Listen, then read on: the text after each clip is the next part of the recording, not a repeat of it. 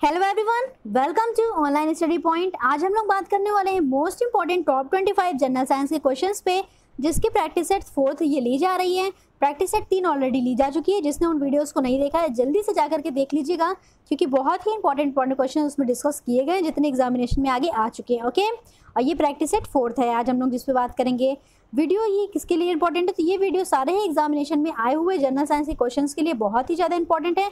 तो वीडियो को लास्ट तक जरूर देखा करिए और कमेंट करके अपना स्कोर बताया करिए कि आपके कितने क्वेश्चन सही हो पा रहे हैं। ओके, तो चलिए स्टार्ट करने से पहले जिसने चैनल को अभी तक सब्सक्राइब नहीं किया जल्दी से चैनल को सब्सक्राइब करके बेल आइकन को दबा दीजिए, जिससे कि वीडियो की नोटिफिकेशन आप तक सबसे पहले पहुंच जाए। और जिसको भी वीडियो की पीडीएफ चाहिए वो टेलीग्राम पे प्रोवाइड कर दी जा रही है, आप जाकर के टेलीग्राम से डाउनलोड कर लो। ओके, वीडियो पसंद आता है तो वीडियो को लाइक करिए और ज़्यादा से ज़्यादा आप शेयर करके अपना सपोर्ट शो करिए।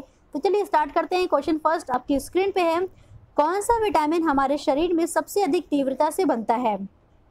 आपको बताना है कि कौन सा विटामिन हमारे शरीर में सबसे अधिक तीव्रता से बनता है। तो इसका आंसर क्या करेक्ट हो जाएगा, इसका आंसर करेक्ट हो जाएगा ऑप्शन डी, यानी कि विटामिन डी। ओके, तो विटामिन डी हमारे शरीर में सबसे अधिक तीव्रता से बनता है, ये आपको याद कर लेना है। बहुत ही बार पूछा गया क्वेश्चन है। चलिए नेक्स्ट क्वेश्चन पे चलते हैं। नेक्स्ट क्वेश्चन आपकी स्क्रीन पे है, दलदल में फंसे व्यक्ति को लेट जाने की सलाह क्यों दी जाती है। दलदल में फंसे व्यक्ति को लेट जाने की सलाह दी जाती है क्योंकि क्या होना चाहिए इसका आंसर करेक्ट, बताइए जल्दी से। तो इसका आंसर करेक्ट हो जाएगा ऑप्शन ए, यानी कि क्षेत्रफल अधिक होने से दाब कम हो जाता है। क्षेत्रफल अधिक होने से दाब क्या हो जाता है, कम हो जाता है। ओके, क्षेत्रफल और दाब एक दूसरे के क्या होते हैं, इनवर्स प्रोपोर्शन होते हैं। क्षेत्रफल अधिक होगा तो दाब कम हो जाएगा, जब वो व्यक्ति लेट जाएगा तो उसका क्षेत्रफल ज़्यादा हो जाएगा। ओके, चलिए चलते हैं नेक्स्ट क्वेश्चन। नेक्स्ट क्वेश्चन आपकी स्क्रीन पे है, रॉकेट किस सिद्धांत पर कार्य करता है। आपको बताना है कि रॉकेट किस सिद्धांत पे कार्य करता है। क्या करेक्ट होना चाहिए इसका आंसर, बताइए। ऊर्जा संरक्षण, बर्नौली प्रमेय, आवागैड्रो परिकल्पना या फिर संवेग परीक्षण। क्या हो जाएगा इसका आंसर करेक्ट, इसका आंसर हो जाएगा ऑप्शन डी, यानी कि संवेग संरक्षण के सिद्धांत पर रॉकेट कार्य करता है। ठीक है ना, आइए इसका एक्सप्लेनेशन सुनिए। संवेग संरक्षण क्या होता है, यदि किसी निकाय पर कोई बाह्य बल कार्य ना करे तो निकाय का कुल संवेग क्या रहता है, नियत रहता है, यानी कि कांस्टेंट रहता है। ठीक है, निकाय यानी कि सिस्टम पर कोई एक्सटर्नल फोर्स नहीं काम करेगा तो उसका जो कुल संवेग होगा वो कांस्टेंट रहेगा। ओके, संवेग को ना तो उत्पन्न किया जा सकता है और ना ही नष्ट किया सकता है, केवल एक रूप से दूसरे रूप में परिवर्तित किया जा सकता है। ओके, चलिए चलते हैं नेक्स्ट क्वेश्चन। फेफड़े से हृदय के लिए रक्त को ले जाने वाली रुधिर वाहिका को क्या कहा जाता है। आपको इसका आंसर करना है कि फेफड़े से हृदय के लिए रक्त को ले जाने वाली रुधिर वाहिका को क्या कहा जाता है।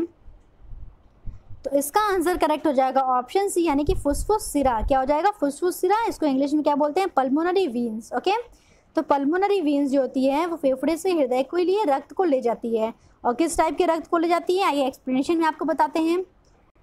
The pulmonary veins are the veins that transfer oxygenated blood from the lungs to heart. ठीक है, फेफड़े से हृदय तक पल्मोनरी वीन क्या करती है, ब्लड को ले जाती है। किस टाइप का ब्लड होता है, वो शुद्ध रक्त को ले जाती है। किस टाइप के ब्लड को, जहाँ पे ऑक्सीजनेटेड ब्लड होगा तो वहाँ पे आपको कर देना है शुद्ध रक्त, और जहाँ डीऑक्सीजनेटेड होगा वहाँ अशुद्ध हो जाएगा। ओके, अशुद्ध रक्त हो जाएगा। तो ये भी याद रखिए कि वीन्स में एकमात्र ऐसी वीन जो शुद्ध रक्त को ले जाती है वो है पल्मोनरी वीन। बाकी सारी वीन जो होंगी, शिराएँ होंगी, वो सब अशुद्ध रक्त को ले जाती हैं। ओके, तो ये चीज़ याद रखिएगा। चलिए चलते हैं नेक्स्ट क्वेश्चन पे। नेक्स्ट क्वेश्चन आपकी स्क्रीन पे है, शैक या लाइकेन है। शैक या लाइकेन क्या है, 4 ऑप्शन आपके पास हैं, इनमें से बताना है शैक या लाइकेन क्या है। जैसा कि लाइकेन का आपको डायग्राम दिख रहा होगा, ये पेड़ की छालों पे उगे हुए हैं। ओके, तो इसका आंसर करेक्ट हो जाएगा ऑप्शन डी, यानी कि सहजीवी। लाइकेन कैसे होते हैं, तो लाइकेन सहजीवी का संबंध शो करते हैं। ओके, आइए इसका एक्सप्लेनेशन देखिए। लाइकेन निम्न श्रेणी की ऐसी छोटी छोटी वनस्पतियों का समूह होता है जो विभिन्न प्रकार पे उगे हुए पाए जाते हैं। इन आधारों पे कहाँ कहाँ पे ये उगते हैं, वृक्ष की पत्तियों पर, छालों पर, प्राचीन दीवारें, भूतल, चट्टान एवं शिलाएं पे उग जाते हैं। ओके, चलिए चलते हैं नेक्स्ट क्वेश्चन। नेक्स्ट क्वेश्चन आपकी स्क्रीन पे है, द्रव का घनत्व अधिक होने पर उनका पृष्ठ तनाव क्या होगा। तो द्रव का घनत्व अधिक होने पर पृष्ठ तनाव क्या होगा, ये आपको बताना है। घट जाता है, बढ़ जाता है, अपरिवर्तित रहता है या फिर कोई नहीं। क्या होना चाहिए इसका आंसर करेक्ट, तो इसका आंसर करेक्ट हो जाएगा ऑप्शन बी, यानी कि बढ़ जाता है। द्रव का घनत्व अधिक होने पर उसका पृष्ठ तनाव बढ़ जाता है। ओके, चलिए नेक्स्ट क्वेश्चन पे चलते हैं। नेक्स्ट क्वेश्चन आपकी स्क्रीन पे है, नींबू में कैंकर रोग होता है। नींबू में कैंकर रोग होता है, तो नींबू में कैंकर रोग किसकी वजह से होता है, ये आपको बताना है। बताइए जल्दी से, नींबू में कैंकर रोग किसकी वजह से होता है। तो इसका आंसर करेक्ट हो जाएगा नींबू में कैंकर रोग होता है जीवाणु की वजह से। किसकी वजह से होता है? जीवाणु की वजह से। और ये क्या जीवाणु कहाँ कहाँ पे लग जाते हैं? तो पेड़ की छालों पे भी हो जाते हैं, नींबू पे, पत्तियों पे भी होने लगते हैं, उनकी टहनियों पे भी हो जाते हैं, ठीक है ना। तो नींबू में कैंकर रोग जीवाणु की वजह से होता है, जिसकी वजह से फल जो होते हैं वो पीले पीले दिखाई देने लगते हैं स्टार्टिंग में, जैसे कि आपको डायग्राम में शो हो रहा होगा। ओके, क्वेश्चन आपकी स्क्रीन पे है, जल्दी से बताइए इसका आंसर क्या होना चाहिए। क्वेश्चन को पढ़िए। हाइड्रोजन से भरा रबड़ का गुब्बारा वायु से ऊपर जाके फट जाता है क्योंकि, क्या होना चाहिए इसका आंसर? हाइड्रोजन से भरा रबड़ का गुब्बारा वायु से ऊपर जाके फट जाता है, क्यों? क्योंकि वायु दाब बढ़ जाता है। ओके, इसका आंसर करेक्ट हो जाएगा, उसका वायु दाब बढ़ जाता है। जब भी वायु से ऊपर जाएगा हाइड्रोजन से भरा रबड़ का गुब्बारा तो उसमें वायु दाब बढ़ जाएगा, जिसके कारण से वह फट जाता है। चलिए चलते हैं नेक्स्ट क्वेश्चन पे। क्वेश्चन को पढ़िए। किसकी उपस्थिति के कारण दूध का रंग सफ़ेद होता है? बहुत ही इजी क्वेश्चन है, सबको पता होगा। किसकी उपस्थिति के कारण दूध का रंग सफ़ेद होता है? क्या आंसर होना चाहिए इसका? जैसा कि आपको स्क्रीन में दिख ही रहा होगा, तो इसका आंसर करेक्ट हो जाएगा ऑप्शन डी, यानी कि केसिन। केसिन की उपस्थिति के कारण दूध का रंग कैसा होता है? तो दूध का रंग सफ़ेद होता है। आइए इसका एक्सप्लेनेशन सुनिए। एक्सप्लेनेशन इसका है, केसिन स्तनधारी प्राणी के दूध में पाए जाने वाली फॉस्फोप्रोटीन है जो कैल्शियम के सीनेट के रूप में रहता है। ओके, कैल्शियम के सीनेट के रूप में रहता है। इसके अलावा यह सोयाबीन में भी केसिन पर्याप्त मात्रा में पाया जाता है, ठीक है ना। केसिन एक टाइप का प्रोटीन होता है जिसकी वजह से दूध का रंग सफ़ेद होता है, और यह सोयाबीन में भी पाया जाता है, ठीक है। चलिए चलते हैं नेक्स्ट क्वेश्चन पे। इसका आंसर करिए। कान की कितनी हड्डियां होती हैं? आपको लग रहा होगा इसका आंसर क्या होना चाहिए? 3 होना चाहिए, वो तो ऑप्शन में ही नहीं है, ठीक है। तो कान की कितनी हड्डियां पूछा है, तो इसका आंसर क्या करेक्ट हो जाएगा? इसका आंसर करेक्ट हो जाएगा ऑप्शन सी, यानी कि 6 हड्डियां होती हैं। कैसे? कान की हड्डियां तो 3 ही होती हैं, पर वो जोड़ियों में पाई जाती है ना, तो 3 जोड़ी यानी कि कितने बराबर हो जाएगी? 6 के बराबर हो जाएगी। एक कान में 3 हड्डियां, दूसरे कान में 3 हड्डियां, तो कितनी हो गई? कुल 6 हड्डियां। ओके, तो इस टाइप के भी आंसर आप लोग ध्यान दिया करिए, क्वेश्चन पूछ लेता है तो, क्योंकि आप आंसर ढूंढोगे 3 हड्डियां मिलेगा नहीं। तो कान में कितनी हड्डियां होती हैं? 6 हड्डियां होती हैं। 3 जोड़ी लिखा होगा तो 3 जोड़ी आपको करना है, नहीं 3 जोड़ी लिखा है तो आपको 6 ऑप्शन पे टिक करना होगा। ओके, कौन कौन सी होती हैं? मैलस होती है, इनकस होती है, और क्या होती है? स्टेपीज होती है। और स्टेपीज जो होती है वो सबसे छोटी हड्डी होती है। ये भी क्वेश्चन याद रखिएगा, बहुत बार पूछा गया है। ओके, चलिए इसका एक्सप्लेनेशन देखिए। कान की हड्डी, जिसे श्रवण या सोल भी कहा जाता है, सभी स्तनधारियों के मध्य में कान की 3 छोटी हड्डियों में से कोई भी है। ये क्या क्या होती हैं? तो ये मैलस होती हैं, इंकस होती हैं, और स्टेपीज होती हैं। याद रखिएगा, स्टेपीज सबसे छोटी कान की हड्डी है, बहुत बार क्वेश्चन पूछा गया। ओके, चलिए नेक्स्ट क्वेश्चन पे चलते हैं। द्रव्यमान ऊर्जा संबंध किसका निष्कर्ष है? द्रव्यमान ऊर्जा का संबंध किसका निष्कर्ष है? हम आपको एक इक्वेशन बताएंगे, उसके अकॉर्डिंग तो आपको ये आंसर तुरंत गेस कर लोगे। पहले आप आंसर बताओ, उसके बाद फिर हम बताते हैं। तो द्रव्यमान ऊर्जा संबंध ये है निष्कर्ष सापेक्षता का समान सिद्धांत का, ठीक है। सापेक्षता का समान सिद्धांत का निष्कर्ष है। E is equals to m c square, सुना है? E is equals to m c का स्क्वायर, ये सुना है ना? यही होता है द्रव्यमान ऊर्जा संबंध। तो ये किसने दिया है, जल्दी से बताइए। तो ये दिया है आइंस्टीन ने, ठीक है ना। ओके, तो बात करते हैं इसके एक्सप्लेनेशन की। इसका एक्सप्लेनेशन आप लोग देखिए। सापेक्षवादी की थ्योरी अल्बर्ट आइंस्टीन ने दी है, ठीक है ना। E is equals to m c square, जो फॉर्मूला पता है आपको, वो किसने दिया है? अल्बर्ट आइंस्टीन की देन है।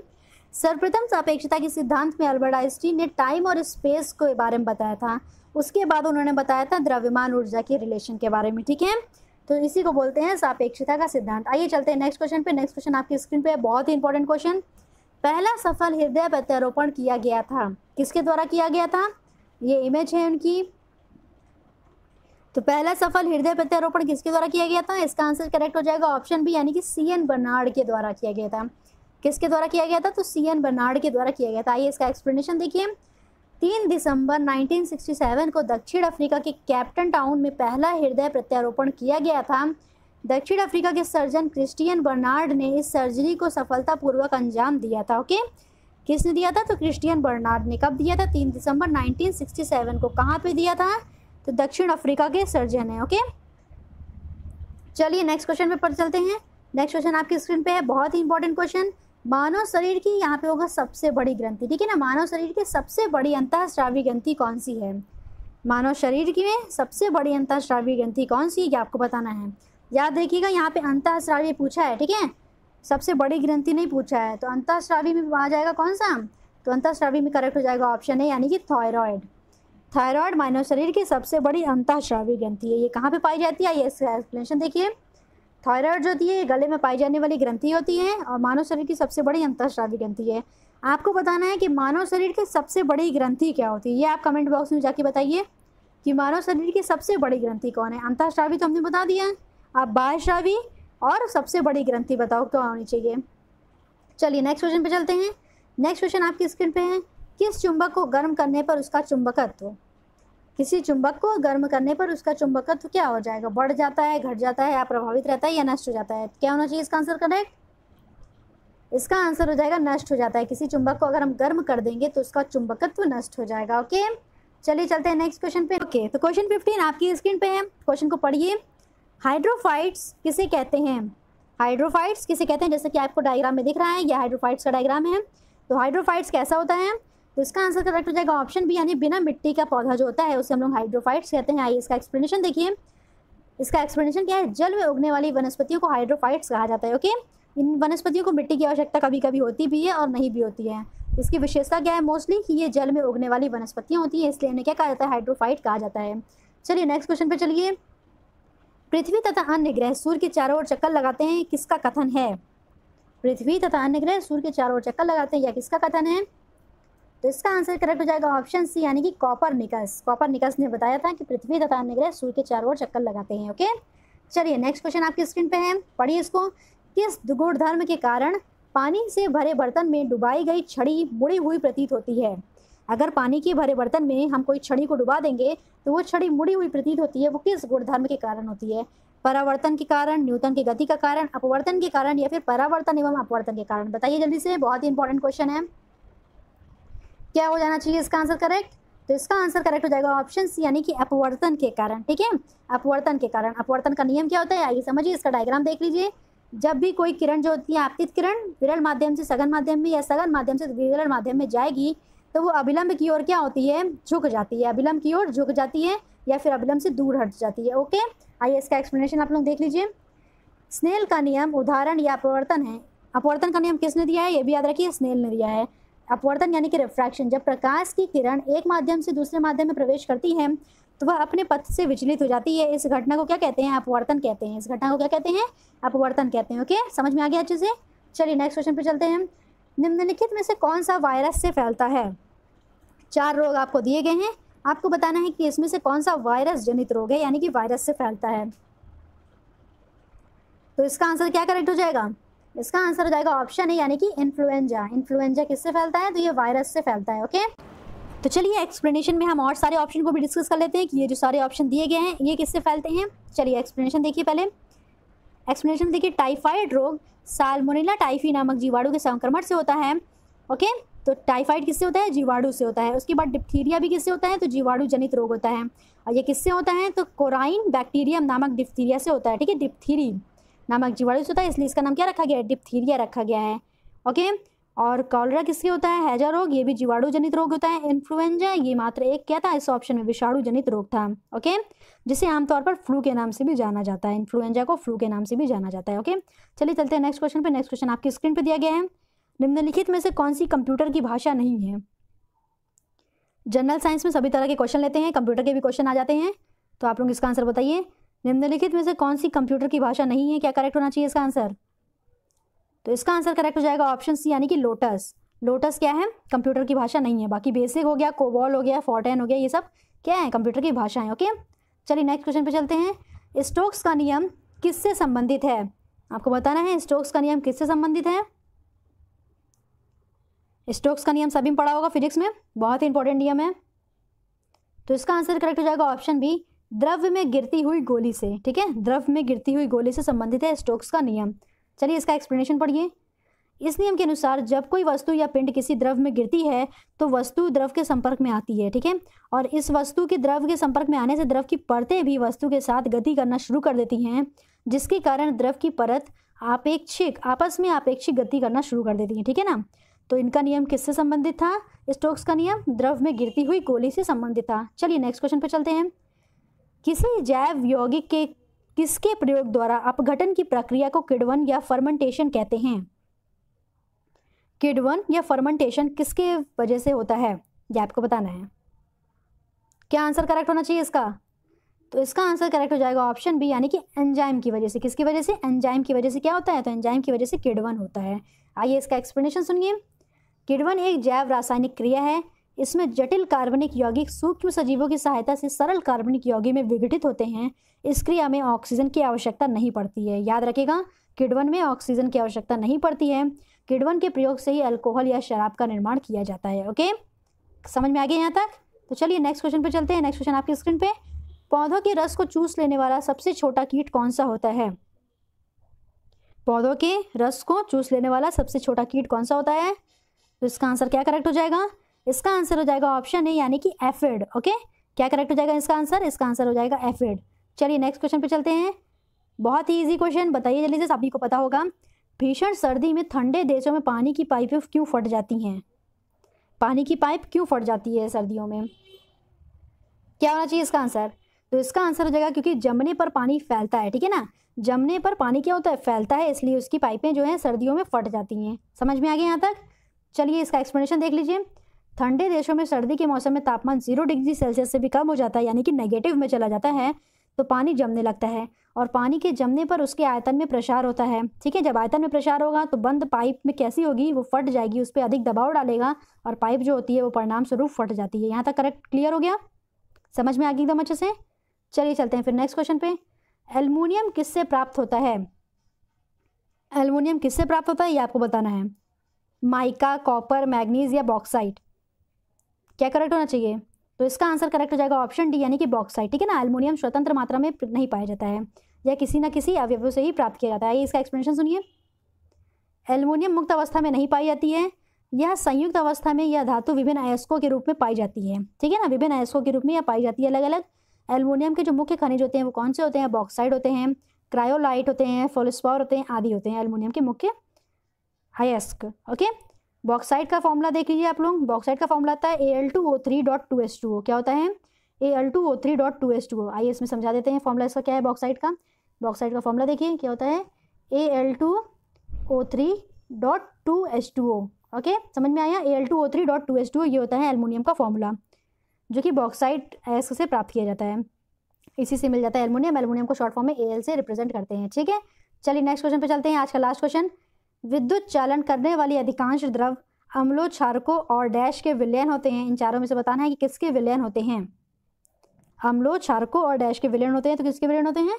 आंसर करेक्ट हो जाएगा ऑप्शन सी, यानी कि लवणों के विलयन होते हैं। ओके, समझ में आ गया यहाँ तक? ओके, तो इसका एक्सप्लेनेशन देख लेते हैं। इसका एक्सप्लेनेशन क्या होना चाहिए? अधिकांश द्रव जो विद्युत चालन करने में समर्थ होते हैं वे अम्ल, क्षार या लवणों के जलीय विलयन होते हैं, जैसे सल्फ्यूरिक अम्ल, सोडियम हाइड्रोक्साइड तथा नमक आदि। यहाँ तक क्लियर हो गया एकदम अच्छे से? चलते हैं अब कल का सवाल जो आपसे पूछा गया था, सभी ने लगभग सही आंसर दिए थे। वायुमंडलीय हवा पृथ्वी पर होती है, तो वायुमंडलीय हवा पृथ्वी पर किसके द्वारा होती है? तो इसका आंसर करेक्ट था गुरुत्व के द्वारा। ओके, ऑप्शन ए करेक्ट था, गुरुत्व के द्वारा। अब आज का सवाल देखिए। आज का सवाल क्या है? प्रतिध्वनि का क्या कारण होता है? प्रतिध्वनि का क्या कारण होता है ये आपको बताना है। 4 ऑप्शन आपके पास हैं, कमेंट करके बताइए इसका आंसर क्या होना चाहिए। और आपके 25 में से कितने क्वेश्चन सही हुए हैं इसका भी आंसर कमेंट करके बताइए। ओके, वीडियो पसंद आता है तो वीडियो को लाइक करिएगा और ज़्यादा से ज़्यादा शेयर कर दीजिएगा। Thank you so much.